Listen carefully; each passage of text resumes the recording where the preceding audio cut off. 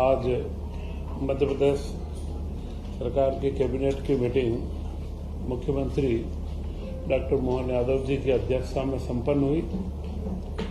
उसमें महत्वपूर्ण रूप से मुख्यमंत्री जी ने बताया कि पिछले 30-40 सालों से जो मुद्दे अंतर्राज्यीय अटके हुए थे, लंबित थे, उसमें से गुजरात का जो सरदार सरोवर योजना का मामला था उसे पूरा सुलझा लिया गया है।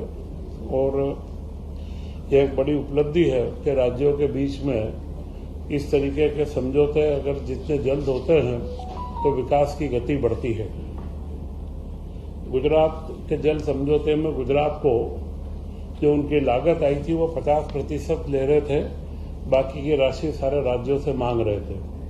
उसकी जगह पर यह निर्णय हुआ है कि उन्हें 75% राशि गुजरात वहन करेगा और बाकी दी जाएगी।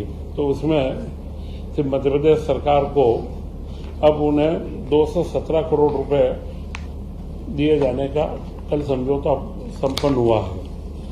तो यह जो लंबे मामले चलते हैं, इसके जो दुष्प्रभाव आते हैं वो अब जल्द से निपटेंगे। यह एक महत्वपूर्ण मुद्दा हुआ है। इसी के साथ में उन्होंने जानकारी दी है कि ज्ञान भारतम योजना, यह योजना केंद्र सरकार की है जो हमारे भारतीय ज्ञान परंपराओं के जितनी भी पांडुलिपियां देश भर में उपलब्ध है उन्हें संकलित करना और डिजिटाइजेशन करना और उन्हें संरक्षण करना, उसमें मध्य प्रदेश सर्वप्रथम स्थान पर आया है, जिसमें 34 लाख से ज्यादा हमारे यहाँ से रजिस्ट्रेशन हुए हैं और करीब करीब 12 लाख पांडुलिपियों का हम सत्यापन कर चुके हैं। और इसमें सबसे महत्वपूर्ण टीकमगढ़ से एक 10 फीट लंबा जम्बू द्वीप का नक्शा निकला है।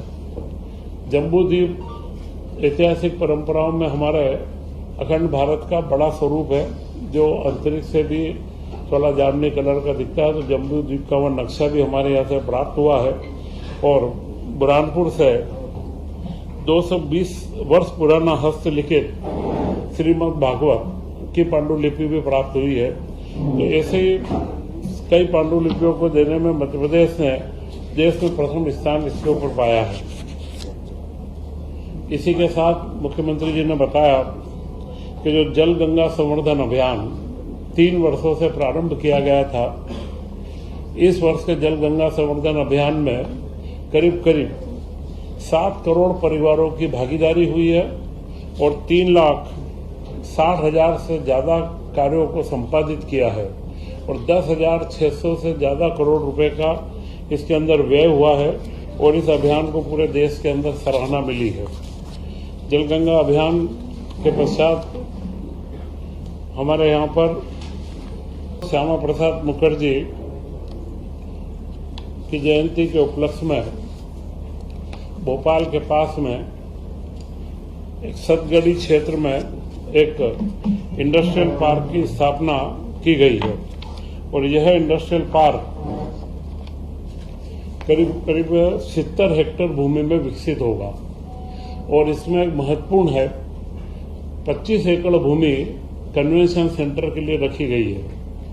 यह एक बड़ी क्षमता का अंतर्राष्ट्रीय स्तर का कन्वेंशन सेंटर बनाया जाएगा, क्योंकि पिछली बार जब GIS भोपाल के अंदर करी गई तो उस समय जो जगह की और पार्किंग की थोड़ी समस्या आई थी, तो उसको देखते हुए भोपाल के अंदर औद्योगिकरण भी हो, राजधानी है, तो यह जो पूरा 70 हेक्टेयर का औद्योगिक क्षेत्र भोपाल से बिल्कुल लगा हुआ है, इस औद्योगिक क्षेत्र के माध्यम से लघु मध्यम उद्योगों को अत्यधिक लाभ मिलेगा तथा कन्वेंशन सेंटर से भोपाल की एक राष्ट्रीय पहचान स्थापित होगी।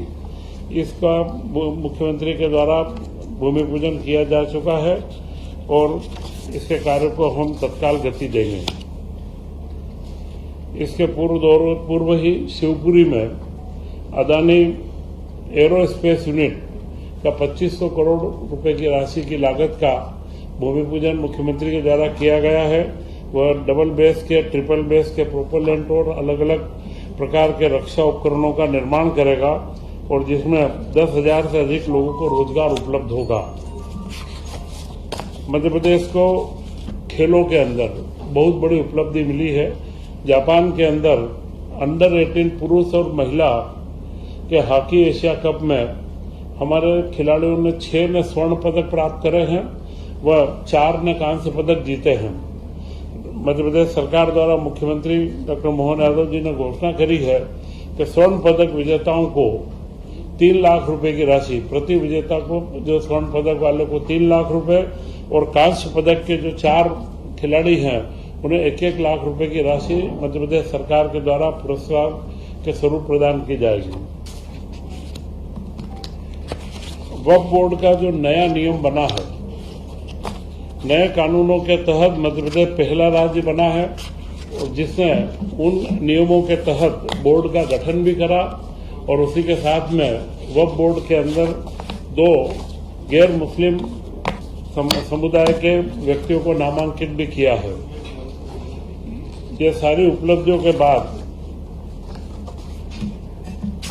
सभी मंत्रिमंडल ने मुख्यमंत्री डॉक्टर मोहन यादव जी को बहुत धन्यवाद भी ज्ञापित करा कि प्रमोशन मध्य प्रदेश में जो 10-12 सालों से प्रमोशन रुके हुए थे सरकारी अधिकारी व कर्मचारियों के, उसके अंदर प्रमोशन का कार्य जो प्रारंभ हुआ है और उस कार्य के लिए उन्हें धन्यवाद ज्ञापित किया गया। जैसे पुराने लंबित मामले जो लगातार हमारे कार्य के ऊपर, गुणवत्ता के ऊपर लगातार उसकी समस्या आ रही थी, एक बहुत बड़ा कार्य मध्य प्रदेश की कार्यपालिका के लिए हुआ है।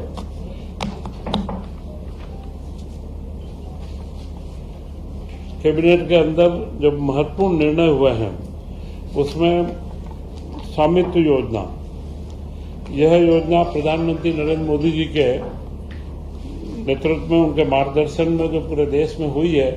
हमारे यहाँ पर भी स्वामित्व योजना में पूर्व में मंत्रिमंडल ने निर्णय लिया था कि जितने भी पट्टे बने हैं जिनको रजिस्ट्री करवाएंगे उनका स्टाम्प शुल्क नहीं लिया जाएगा, परंतु इसके बाद उपकर और पंचायत के अंदर जो अतिरिक्त शुल्क था उसका भी इसमें ये रखा गया कि स्वामित्व योजना का पट्टा पूर्णतः सरकार करवा करके आम आदमी को उपलब्ध करवाएगी, तो ये उपकर की बाध्यता को भी इसमें से छूट दी गई है। इसमें करीब करीब 48 लाख निजी स्तर के 68 लाख से अधिक अधिकार अभिलेखों का निर्माण है। तो ये जो निजी दिए जाएंगे इनमें कोई उपकर भी व अतिरिक्त शुल्क पंचायती क्षेत्र में नहीं लिया जाएगा।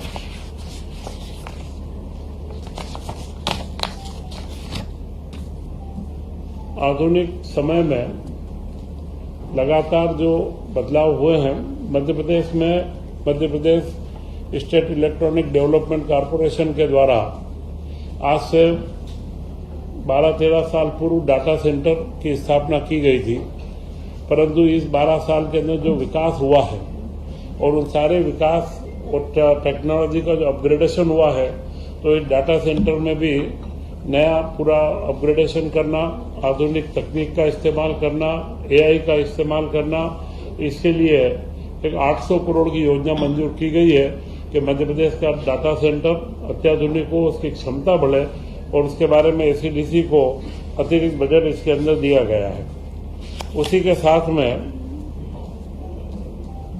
आईटी के संबंधित इलेक्ट्रॉनिक इक्विपमेंट के जो डिवाइस मैन्युफैक्चरर भी हैं, आईटी के भी जो पार्क लगते हैं छोटे बड़े, इन सब में अभी तक आईटी विभाग जमीन देता था, परंतु एक महत्वपूर्ण परिवर्तन ये किया गया है कि अब इनको इस तरीके के आईटी के जो भी उपक्रम होंगे इन्हें औद्योगिक क्षेत्रों में भी जमीन उपलब्ध करवाई जाएगी और नियम जो मध्य प्रदेश की औद्योगिक नीति के नियम है उन नियमों के अनुसार इसके अंदर जमीन हम लोग उपलब्ध करवाएंगे।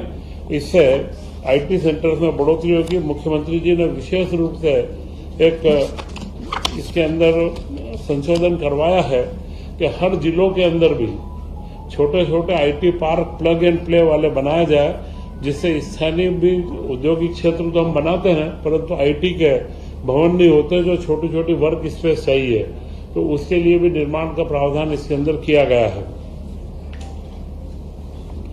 इसी के अंदर एक इस योजना विज्ञान प्रौद्योगिकी विभाग की जिसे निरंतरता दी गई है, वह उज्जैन के डोंगला स्थित आचार्य वराहमिहिर खगोली वेधशाला स्थापित की जा रही है।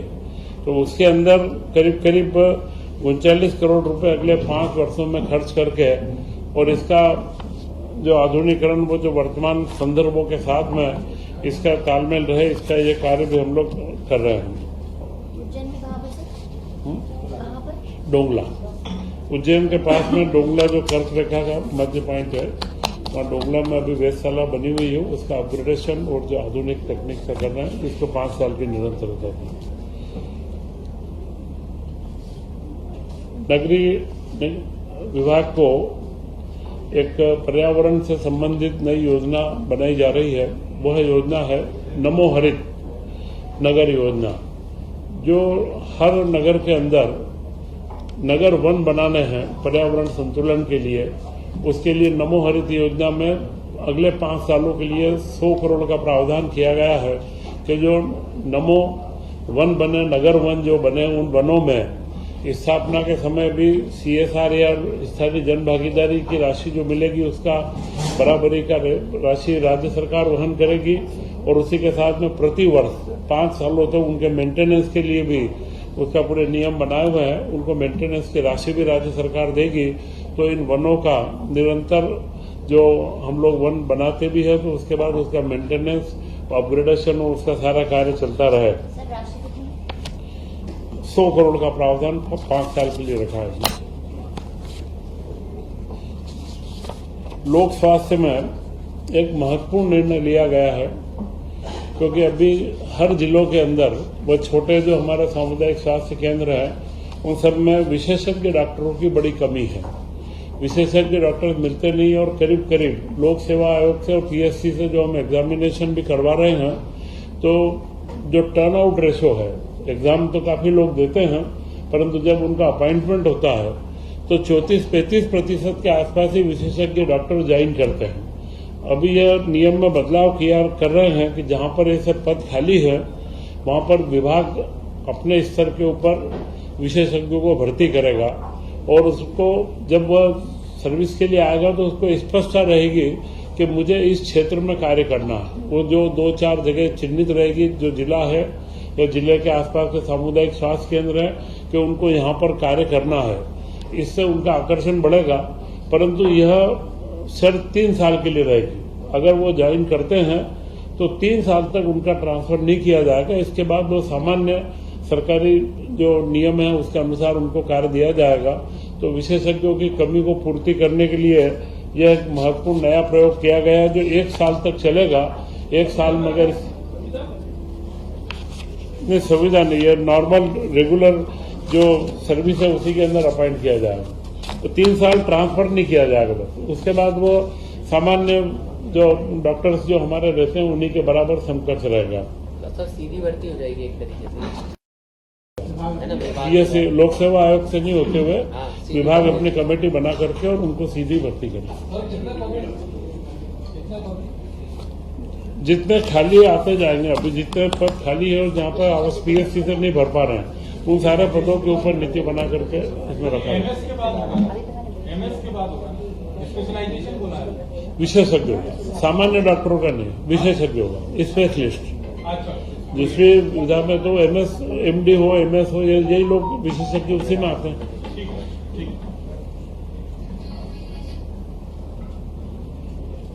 मध्य प्रदेश सरकार स्कूटी योजना चलाती है। जो प्रथम श्रेणी में जो बच्चे आते हैं उनको मोटराइज स्कूटी का चयन में 90,000 रुपये और स्कूटी पर 1,20,000 देती है। उस योजना को अगले 5 वर्षों के लिए निरंतरता दी गई है और इसके माध्यम से करीब करीब 23,000 छात्रों को लाभान्वित अभी किया जा रहा है। तो 495 करोड़ अगले 5 सालों में इस योजना की निरंतरता की भी स्वीकृति दी गई है। स्कूटी योजना, स्कूटी जो फर्स्ट क्लास बच्चे आते हैं, राशि 90,000 मोटराइज की और स्कूटी के 1,20,000, अभी जो 5 सालों के लिए 495 करोड़।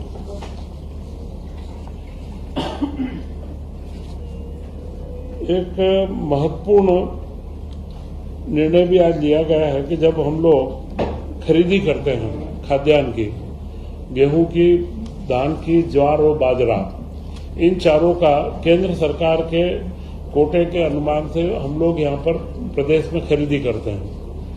कई बार उसमें खरीदी ज्यादा होती है, किसानों की संख्या बढ़ती है, या कई बार हमें ज्यादा खरीदी भी करना पड़ती है। तो जो ज्यादा खरीदी होती है, अभी तक उसके निस्तारण की, या मतलब जो राशि केंद्र उस अनाज को नहीं लेता है, वह मध्य प्रदेश सरकार के पास रहता है, और लंबे समय तक रहने से उसके कई मुद्दे निकल के आते हैं। उनका भंडारण का खर्च है, उनको निस्तारण कैसे करना। तो अब कैबिनेट ने आज निर्णय लिया है कि इनका निस्तारण की एक नीति रहेगी कि तत्काल जैसे ही हमारी खरीदी पूर्ण होती है, इसके बाद में केंद्र सरकार जितने आवंटन वो लेंगे, इसके बाद बचे हुए धान का या गेहूं का, ज्वार बाजरे का निस्तारण ई ऑक्शन के माध्यम से एक समिति रहेगी राज्य स्तरीय। वह समिति उसका मात्रा का निर्धारण करेगी और उसका मिनिमम टेरिफ क्या रेट पर बेचना है वह निश्चित करके हम लोग तत्काल उसका निस्तारण करेंगे। तो लंबे समय तक भंडारण करना, उसका बढ़ा देना, और जो कई समस्याएं लंबे भंडारण की आती है उन सबको दूर करने के लिए अब उसके निस्तारण की नीति भी हमने आज इस कैबिनेट के अंदर डिसाइड किया है। तो यह जो हमारे विकास के कार्य हैं, मुख्यमंत्री डॉक्टर मोहन यादव जी के नेतृत्व में मध्य प्रदेश लगातार नई ऊंचाइयों को प्राप्त कर रहा है, और इसी के तहत कैबिनेट के अंदर भी हम विभिन्न विषयों को लाकर के और नियमित रूप से एक गतिशील मध्य प्रदेश की ओर आगे बढ़ रहे हैं। कि जो बांध की लागत बढ़ी है, उस लागत के अंदर 75% राशि वहन गुजरात करेगा और 25% की राशि बाकी के राज्य देंगे। तो उसमें जो मध्य प्रदेश की अपनी मांग है, उस मांग को कम करते हुए 75% के हिसाब से अब 217 करोड़ देकर के और हमारा कार्य पूर्ण हो जाएगा। अब कोई विवाद हमारा नहीं रहेगा।